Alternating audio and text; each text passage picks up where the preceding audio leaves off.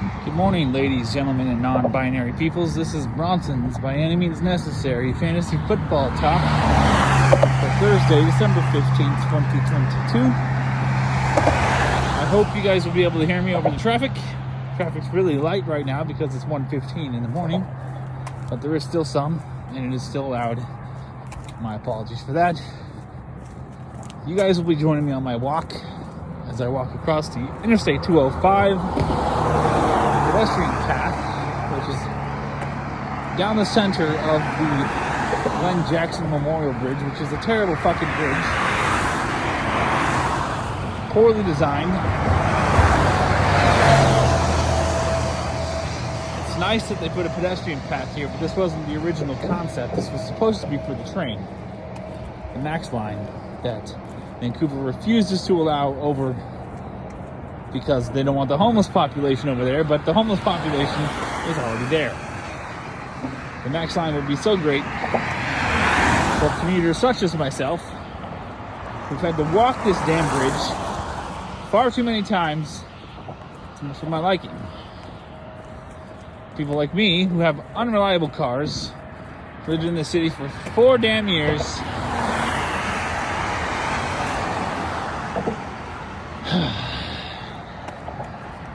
and things just aren't getting better here. Anyways, when they designed this bridge, they should have put a roof on it, because when it rains or snows, this bridge becomes a death trap.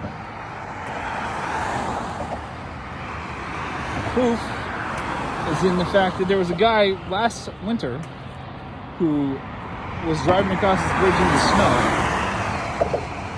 Because the snowpack on the side of the road was so high, the guy couldn't see where the edges of the bridge were.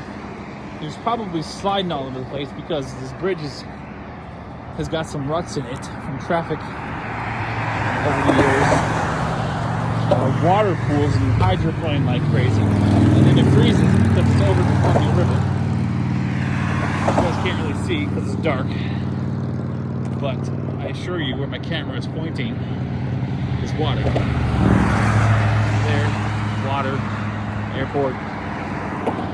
It's a really nice view during the day because you can see Mount Hood over that way. Most days, when it's clear. I used to really enjoy riding my bike across this bridge. At least going this way, into Portland, because it's a nice ride. Coming back though, a bit of an incline. This is son of a bitch. But I used to love riding my bike this way, the way I'm going across this bridge. It's a 4-mile bridge, so it's gonna take me about 45 minutes to walk it. I've done this several times. Timed myself. I'm doing this, those of you who didn't watch my first video, because my car is having an alternator problem again. Even though I just replaced it 6 months ago. Spent $500 to get it replaced, and I clearly got a faulty one for a part that's supposed to last a lifetime. I got 6 months, because my luck is so fucking good all the time. Apologize for the language. I know children don't really watch this, but still, I apologize. I do want to be family friendly, because family friendly increases views. Anyways, this will be the tight ends and quarterbacks segment of my Spikes and Yikes for week 15. I don't really want to waste a whole lot more time, even though I've got nothing but time to waste. I've got another, I don't know, hour and 45-minute walk. I've already walked about an hour. The Google Maps estimate on this walk was 3 hours, 6 minutes. I'm going to do it in under 3. Not saying I walk super fast, but yeah. I thought that estimate was a little high. I've done this before. It took me, I break it up into 3 segments. It's about an hour a segment. An hour from my house to this bridge, but it was actually about 44 minutes. And it's about 45 minutes across this bridge, even though that's another hour accounted for. So that's a half hour of time I've sliced. And then it's about a full hour, maybe an hour, 5 minutes from the bridge to the UPS facility at the airport. So in theory, a 3 hours and 6 minute estimate should be 2 hours and about 2 hours 40 minutes, 2 hours 35 minutes. So probably going to be to work a little bit early.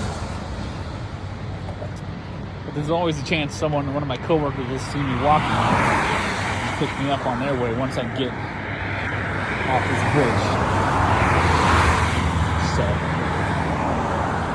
then I'll go sit in a nice warm break room because my hands, even though in the last video I said my hands weren't cold, my fingers are getting cold now.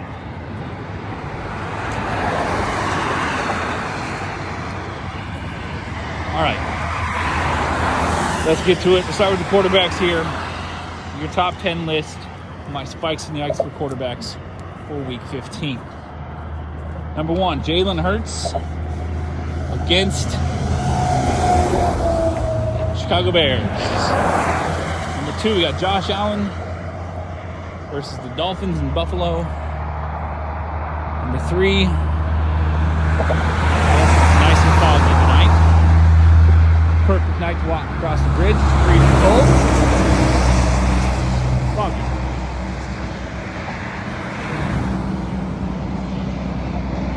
I was being sarcastic, by the way. It's the least perfect night there is. 3, we got Patrick Mahomes at the Houston Texans. And it's fascinating to me what Patrick Mahomes has been able to do this year without a top 30 wide receiver. I mean, it doesn't come as much of a surprise or a shock to me because Patrick Mahomes is immensely talented. Most gifted quarterback I think I've ever seen. But we kind of all thought that he would make somebody into a top 20 wide receiver with the guys he has, but he hasn't. Still, top 3 fantasy quarterback and the leading contender. Second in the field. 4, Joe Burrow at Tampa Bay. Number 5, Justin Herbert versus the Titans. The Titans now are the worst ranked pass defense fantasy football right now, so Justin Herbert should feast. Keyword there, should. I say things should happen a lot in my life, and they typically don't. 6, Justin Fields versus the Eagles. 7, Trevor Lawrence versus the Cowboys. Trevor Lawrence has really come on lately, especially last week. Dallas is a tough matchup. 8, we got Tua at the Bills. In the last meeting between these two teams, Tua had his worst game of the year. And I believe it's the game he was knocked out of. No, they won that game. They did win that game. But I remember Tua didn't have the greatest day. Maybe that wasn't the game he got concussed and knocked out. That was the Thursday game after that game. Yeah. 8, we got Dak Prescott against the Jaguars, and at 10, got my boy Kirk Cousins against the Colts in Indianapolis. So, my yikes for this week. I want you guys to see the surroundings, even though there's nothing to see at this point in time. But probably got to be better than looking at me. My yikes at the quarterback position. I really only have one, and that's Trevor Lawrence. I think he's going to struggle against the Dallas Cowboys. I think that whole offense is going to struggle. I'm liking that whole offense this week, as you'll find out later on in the wide receiver and running back segments. And tight ends. So, Trevor Lawrence is not a top 10 player for me this week. A couple of guys who I'm spiking instead, who I think could be a top 10 play. instead. Deshaun Watson at 12. He's only played 2 games this week, but he's gotten better in each one. I think this is the week where he really starts to reassert himself as a fantasy dominant quarterback against the Ravens and that not great secondary. So, get a share in Deshaun Watson.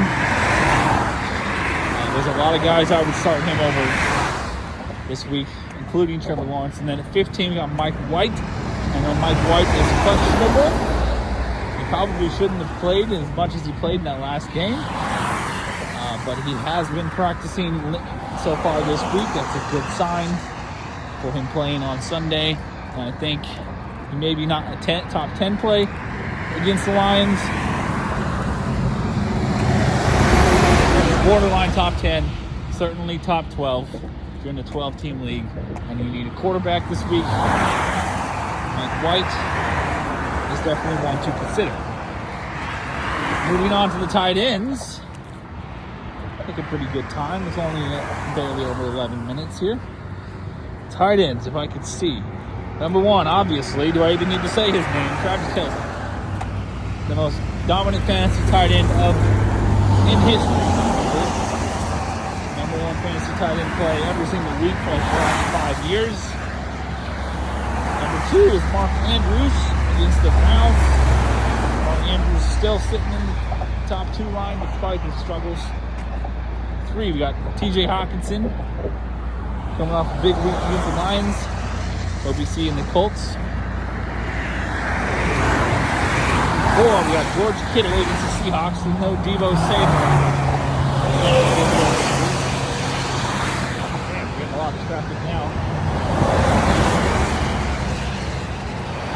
So George Kittle could see a heightened target share this week against the Seattle defense that struggles against tight ends. 5, we got Dalton Schultz against the Jacksonville Jaguars. 6, Dallas Goedert. All indications are... I'm trying to talk loud so you guys can hear me. I apologize again for the traffic. Dallas Goedert, all indications are that he will be coming off the IR this week for the Eagles. So he should be good to go in this game against the Bears. 7, Pat Freiermuth against the Carolina Panthers. He's currently questionable, but he's a tough guy. I'm sure he's going to play. I'm sure he's going to succeed. Pat Freiermuth has been quite the revelation for owners that drafted him this year. 8, we got David Njoku versus the Ravens. Even as the third option in that passing offense, he has fantasy relevance with Deshaun Watson out there. Nice breakthrough year for David Njoku in fantasy this year. 9, Evan Engram coming off a fantastically huge week last week. He's at 9 this week against the Dallas Cowboys. And then at 10, we got Greg Dulcich of the Broncos versus the inept Arizona Cardinals. When it comes to stopping tight ends, the Cardinals are notoriously bad, famously bad, historically bad for years now. Ever since Cliff Kingsbury's been the coach there, actually. Tight ends, every tight end that plays them has a big day. My yikes for the tight end position. Starting with Mark Andrews, I don't think he's a clear-cut top 2 guy anymore. When Lamar Jackson's not out there, Mark Andrews typically struggles. He's been dealing with some nagging injuries. His numbers have been trending down. He's probably still a top 5 play just because of who he is. But he's certainly not top 2.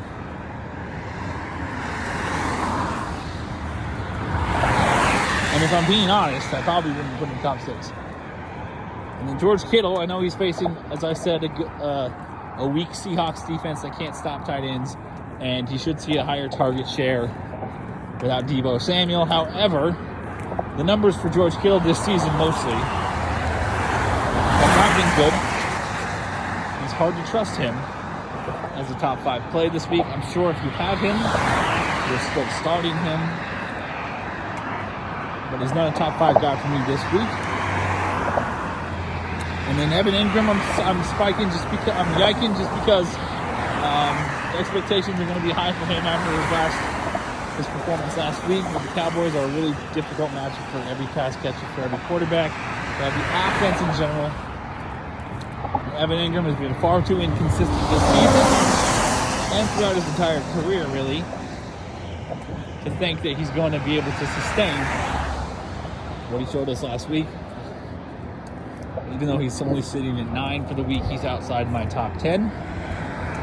And my spikes, I'm spiking Pat Freiermuth just because he's having a fantastic year. He's been a top 5 tight end over the last month. And there's no reason to think that his numbers, he won't continue to be a top 5 tight end throughout the playoffs here. So he's in my top 5. Also spiking Greg Dulcich, just because I think, again, any tight end that faces the Cardinals defense is set to have a big day. And Greg Dulcich has proven more than once this season, that he can have a big day. And so he should have a big day on Sunday. So having him at 10 seems a little low. I would put him about 7. And then Gerald Everett just sitting outside the top 10 at 11. I think he's a top 10 play as well over a guy like Evan Ingram. I just think Gerald Everett, because I think a big week is in store for Justin Herbert. I think a big week is in store for his pass catchers as well. I like Gerald Everett as a top 10 play at tight end this week. So that is it for tight ends and quarterbacks, I suppose. I think I made pretty decent time there. Maybe my first video is uploaded, maybe it hasn't. Maybe I don't really care. I got all day to upload these.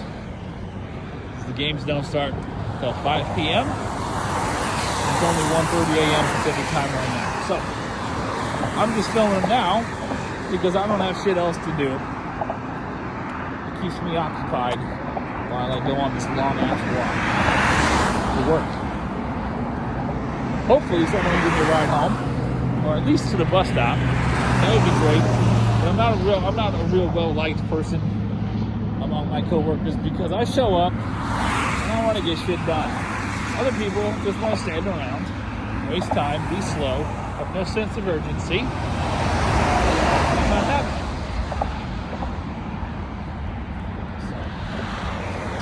But I do have a few allies there. So maybe somebody will be feeling nice. It's Christmas time and they want to be generous. I have a couple dollars in cash I could throw them as a tip, as a thank you. I would just like to get home as early as possible today to deal with my car. Get it to the shop as early as possible today so that I can possibly get it back later tonight. We'll make some damn money. Anyways, piece of nacho fries, my friends. I actually am hungry. I would have not been watching Netflix and we got some food instead. Oh well, nothing's going to be open right now, and it's not going to be anything on the side of the damn freeway anyways. So there is a 7-Eleven up here on my way that I might stop at, but really, even though I love those taquitos, I've loved 7-Eleven taquitos my entire life.